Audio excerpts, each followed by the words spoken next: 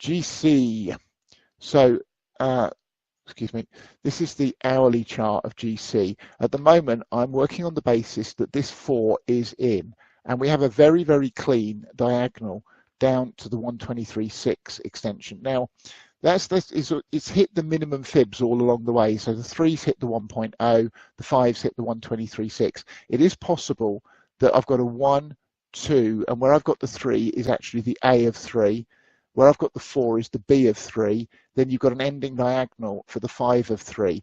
And I'm about 50-50 between those two ideas, in which case this is going to be the 4, and we're going to drop down to the 1185 area and then get the 2 in GC. So caution with GC. Watch the GDX as well. It hit the 1764 at the low yesterday and bounced fairly strongly off it. And bear in mind some of the miners patterns that we went through in the video, I think it was last week, they look to me like we're going to get a reasonable bounce in a good number of miners, and some of them may have hit the bottom of their patterns. So just caution with GC at the moment.